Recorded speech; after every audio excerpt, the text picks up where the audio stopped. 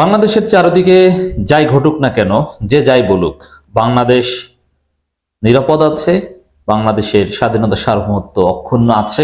আঘাত করার চেষ্টা করা হচ্ছে, কিন্তু বাংলাদেশ সঠিক জায়গায় আছে। উদ্বেগের কিছু নেই, চিন্তার কিছু নেই। জাস্ট আমাদেরকে ঐক্যবদ্ধ হতে হবে, আমাদেরকে সজাগ থাকতে হবে, প্রস্তুত থাকতে হবে। বাংলাদেশ ঠিক আছে। আমাদের বর্তমান সময়ের কয়েকটা ক্রাইসিস নিয়ে আমরা অত্যন্ত উদ্বিগ্ন। আপনারা জানেন যে বাংলাদেশের স্বাধীনতা সার্বভৌমত্বের উপর ভারত পরিকল্পিতভাবে ঠান্ডা মাথায় হামলা করছে।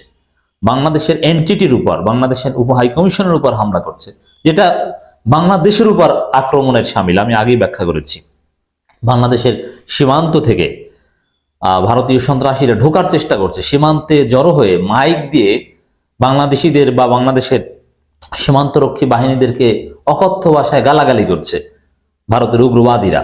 ভারত তো এখন ভারতের জঙ্গিবাদী উগ্রবাদী এটা একেবারে কমন অ্যাফেয়ার্স হয়ে গিয়েছে। তাদের রাম রাজত্ব ভারতের মাটিতে আমরা দেখতে পাচ্ছি। এর মানে ভারতের গণতন্ত্র, লিবারেলিজম, সহনশীলতা এগুলো এখন আর নেই। বিজেপি দেশটাকে একটা সন্ত্রাসী রাষ্ট্রে পরিণত করছে। যাই হোক না কেন, বাংলাদেশের সীমান্তে ঢোকার চেষ্টা করুক, বাংলাদেশের কাছাকাছি এসে গালাগালি করুক, যাই করুক, বাংলাদেশ ঠিক আছে। আক্রমণ হলো, সে আক্রমণে বাংলাদেশের কিছু হয়নি।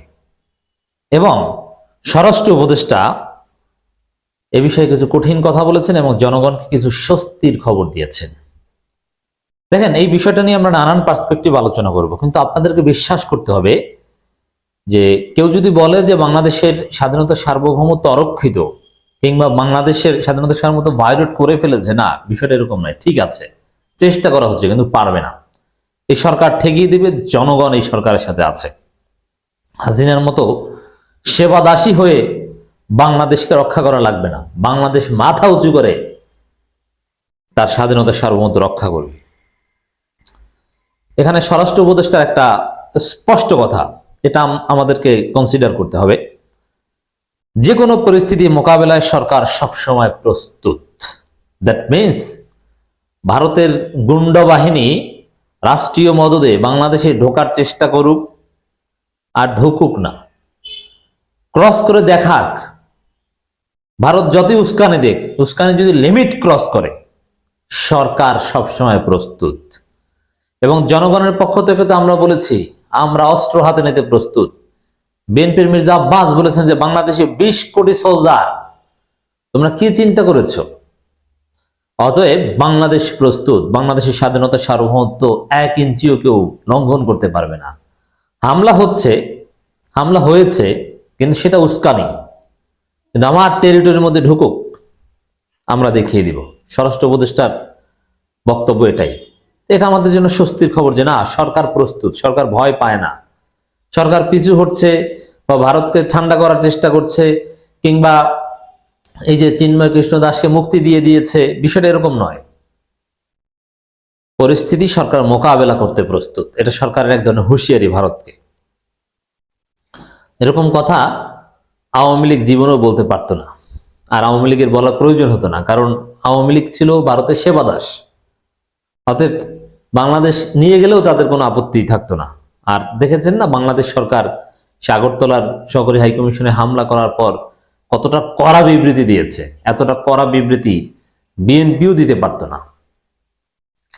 স্বরাষ্ট্র কৃষি মন্ত্রণালয়ের উপদেষ্টা লেফটেন্যান্ট জেনারেল অবসরপ্রাপ্ত মোহাম্মদ জাহাঙ্গীর আলম চৌধুরী বলেছেন, সীমান্তে কোনো প্রকার আতঙ্ক নেই, আপনার গুজবে কান দেবেন না। যে কোনো ধরনের পরিস্থিতি মোকাবেলা করার জন্য সরকার সবসময় প্রস্তুত আছে। সীমান্তের কাছাকাছি আসার চেষ্টা করছে ভারতীয় সন্ত্রাসীরা, এবং এসে মাইকে উচ্চবাচ্য করছে, কিন্তু সীমান্ত ক্রস করার চেষ্টা করলে একেবারে জায়গা মতো ভরে দিবে। বিএনপি সরকারের আমলে একবার ঘটেছিল না? বিজিবি প্রস্তুত। এই বিজিবিকে বিডিআর বানানো হবে ইনশাল্লাহ, বিডিআর নামে ফিরিয়ে আনা হবে। ওই বিজিবি বিএসএফ মিল রেখে ভারতের পরামর্শে করা হয়েছে, কিন্তু সেই বিজিবিকে আবার আমরা বিডিআরে ফিরিয়ে আনবো ইনশাল্লাহ। স্বরাষ্ট্র উপদেষ্টা বলেন, এবার পুলিশ কনস্টেবল নিয়োগে এই বিষয়ে কথা বলেছেন, কোনো দুর্নীতি হয়নি। এবং এটাও তিনি বলেছেন, কোনো দুর্নীতি হয়েছে এরকম প্রমাণ যদি কেউ দিতে পারে তাহলে ব্যবস্থা নিবে। কৃষি উৎপাদন নিয়ে কথা বলেছেন, যে এগুলো এখন আমাদের কনসার্ন না, আমাদের মূল বিষয় হচ্ছে আহ, বাংলাদেশের স্বাধীনতা সার্বভৌমত্ব 1 ইঞ্চি যদি কেউ ভায়োলেট করার চেষ্টা করে, সীমান্ত ব্রেক করে ঢোকার চেষ্টা করে, এই সরকার তাকে খেয়ে ফেলবে। এটা হচ্ছে স্বরাষ্ট্র উপদেষ্টার বক্তব্যের তাৎপর্য। ইসকন নিষিদ্ধের ব্যাপারে সুনির্দিষ্টভাবে স্বরাষ্ট্র উপদেষ্টা কিছু বলতে পারেননি।